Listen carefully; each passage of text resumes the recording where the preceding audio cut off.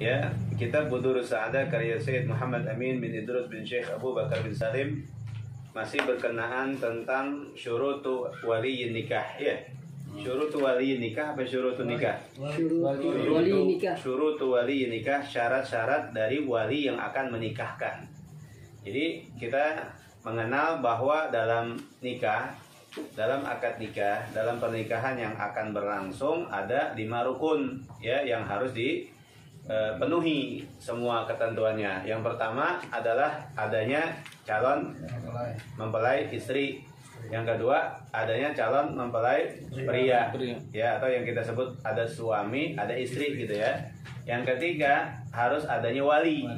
Ya, harus ada wali. Yang keempat harus adanya 2 orang saksi. Yang kelima harus adanya sigot. Sigot artinya apa? Ucapan ijab dan qabul. Nah, ini kelima-limanya kita bahas satu persatu mengenai syarat dan ketentuannya yang telah ditentukan oleh agama ya, agar disepakati, agar bisa diketahui bahwa syarat-syarat ini harus dipenuhi.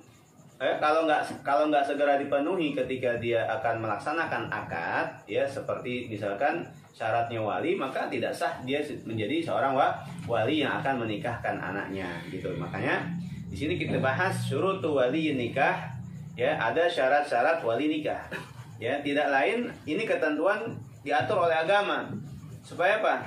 Agar tertib adanya. Jadi ketentuan ini memang berdasarkan apa yang diperintahkan oleh Allah dan Rasulnya. Makanya dalam kajian, dalam banyak pembahasan, dalam banyak semua literatur yang membahas tentang fikih munakaha ya, kita disuruh belajar loh. Ya, kita disuruh belajar semua ketentuan yang berkenaan dengan pernikahan ya, yang sekarang kita jalani ini ya, atau nanti ada orang-orang yang ingin menikah dan seterusnya.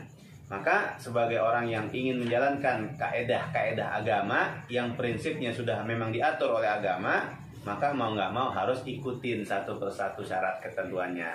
Kalau nggak diikutin syarat ketentuannya, maka nggak sah. Karena ketentuan itu ya sahnya sesuatu amalan kalau memang sesuai dengan syaratnya. Gitu. Ada sah amalan ya, ada rusaknya amalan. Dikatakan amalan itu sah kalau sesuai dengan syaratnya. Kalau dikatakan rusak amalan, karena apa? Tidak sesuai dengan ketentuan dan syaratnya. Oleh karena itu kita disuruh belajar. Ya, belajar tentang perkara fikih yang memang diajarkan oleh Allah dan Rasulnya, biar paham. Ya, biar mengerti. Kenapa? Karena kita ini nggak terlahir dalam keadaan pinter. Kita semua sama, ya. Makanya agama ya memberikan ya motivasi untuk kita kun aliman, jadi orang yang belajar ya, jadi orang yang alim ya. Kita pun punya kewajiban untuk belajar ilmu agama. Kenapa? Karena la yakunul ilmu illa bita'allum. Nggak mungkin kita punya ilmu pengetahuan agama tanpa adanya waktu yang kita luangkan untuk hadir di majelis ilmu untuk belajar. Nggak mungkin la yakunul ilmu illa bita'allum. Nggak akan terjadi ilmu pengetahuan pada diri kita. Nggak mungkin kita paham tentang perkara ibadah, munakah, muamalah. Nggak akan paham semua itu illa bita'allum, kecuali dengan meluangkan waktu untuk belajar di majlis-majlis ilmu. Contohnya sekarang nih ya, kita meluangkan waktu. Karena dengan kita duduk di sini nih menjadi apa? Miftahul ma'rifah. Ya, miftahul ma'rifah wal ibadah.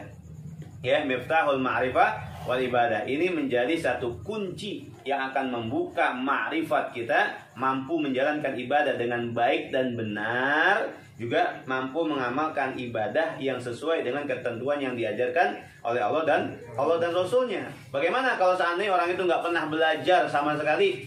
Maka gimana? Kacau semua orang. Akhirnya apa? Berprinsip masing-masing dalam apa yang dia akan kerjakan. Ini nggak boleh terjadi. Ya, ini nggak boleh ada terjadi. Karena apa? Tatanan kehidupan bisa kacau. Kalau nggak ada aturan yang dimainkan, nggak ada aturan yang benar-benar dituruti, ditaati, kacau nanti perkara ini. Makanya, ya ada syair mengatakan, ta'allam falaisal mar'u yuladu aliman. Ente kalau ada waktu harus belajar. Ta'allam. Ya, belajarlah kamu. Ta'allam, belajarlah kamu ilmu pengetahuan agama. Falaisal mar'u yuladu aliman. Karena orang itu tidak terlahir dalam keadaan alim. Kiai, ustadz, habib misalkan, siapapun dia, dari kalangan siapapun dia, dari kalangan apapun dia, yang namanya manusia la yuladu aliman, nggak mungkin terlahir dalam badan alim. Kita terlahir dalam keadaan yang sama, dengan badan yang sama, dengan otak yang sama gitu ya, tidak dalam keadaan alim. Walaysa akhu ilmin kaman huwa jahil, ya, nggak sama antara orang yang punya ilmu pengetahuan agama dengan orang yang tidak pengerti sama sekali tentang agama. Nggak akan sama, akan ada beda, baik derajatnya di mata manusia maupun derajatnya di mata Allah Subhanahu wa taala. Bainahu wa bainallah, ada bedanya. Bainahu wa bainan nas, antara dia dengan manusia yang lainnya pun ada bedanya. Nah, kita nggak boleh masuk ke dalam kelompok orang yang awam dalam ilmu agama, nggak boleh. Termasuk dalam perkara fikih pernikahan ini. Ya, termasuk dalam perkara fikih pernikahan ini. Wa inna kabiral qaumil ilma indah saghirun. Karena memang orang-orang alim besar itu nggak sendirinya dengan apa namanya dengan sendirinya dia alim, nggak, ada proses yang dijalani. Kita melihat ada orang yang begitu pakar terhadap ilmu pengetahuan, itu nggak terjadi dengan sendirinya. Semua itu berproses dari awal sampai akhirnya. Cuma kita nggak pernah mengikuti proses itu, sehingga mengenal orang itu pada saat dia berada di puncaknya, sehingga kita nggak termotivasi karena nggak ngelihat prosesnya.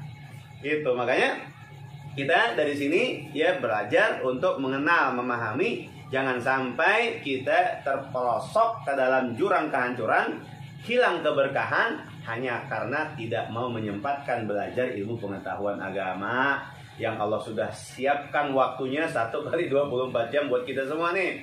Gitu, yang Allah udah siapkan, pakai deh 1-2 jam buat belajar, 1-2 jam buat buat zikir, 1-2 jam buat ya cari duit, ya cari makan dan seterusnya. Manfaatkan sebisa mungkin agar kita mendapatkan keberkahan dunia dan akhirat. Nauzubillah min dzalik. Jangan sampai waktu kita sia-sia semuanya, 1 kali 24 jam semuanya sia-sia, wal iyadzubillah. Maka kita masuk ke dalam kelompok orang-orang yang rugi dunia dan akhirat.